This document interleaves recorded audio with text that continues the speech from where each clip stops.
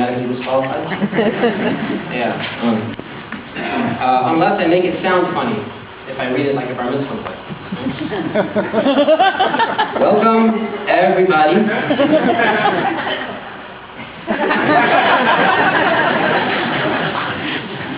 Thank you for joining me tonight for this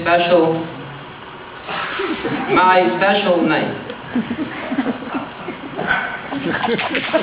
Also, being a rabbi comes with certain expectations. You're not supposed to find certain things funny. You're not supposed to say certain things. Obviously nothing suggestive. I'm not going to go there. But even anything irreverent, you know, like the story where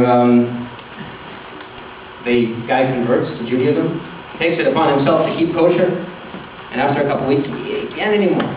He's in the restaurant, and he's ordering, and as he's ordering, his rabbi walks by and sees him through the window.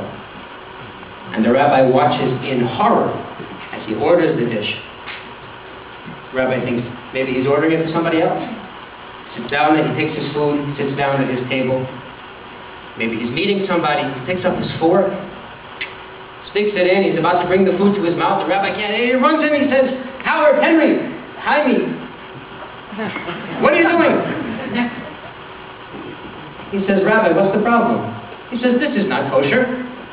He says, why? Did you see me order? He says, yeah. Did you see me take my plate to my table? Yeah. You see me about to eat it? Yeah. So it's all under rabbinic supervision.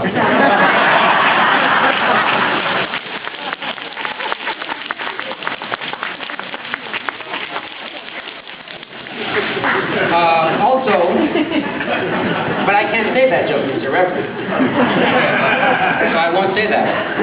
Also, one thing that is certainly off limits is the presidents of the congregation. Can't go there. Like the one time, my president is not here. Like the one time where the young boy makes an appointment to see his rabbi because he wants to be a rabbi. When he grows up, he has some questions, a whole list of questions. They sit down together. Question number one. Besides giving the sermon on Saturday, what else do rabbis do? Says the rabbi, with questions like that, you're destined to be the president, not the rabbi.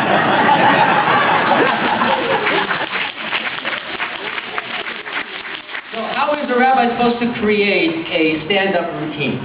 Especially our sages say that rabbis and congregants don't find the same things funny. I'll give you a demonstration. How do we know God has a sense of humor? Because he created Havra.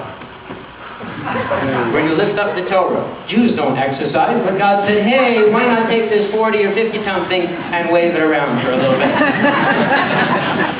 And now we know Jews don't exercise. You know, we know Jews don't exercise. One Jew climbed a little mountain 3,000 years ago, and we're talking about it until today.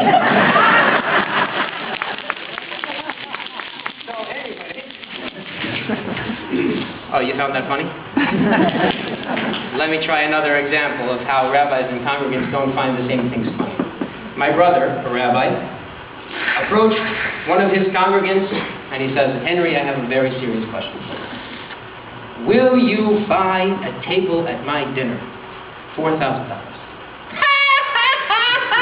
Henry thought it was the funniest thing in the world. So you see, we don't find the same things funny. No, seriously, you have to support your rabbis financially. Rabbis are often in a terrible spot, you know. We've all heard of the rabbi who was so poor that the only thing he had to tell time was a bell in his living room.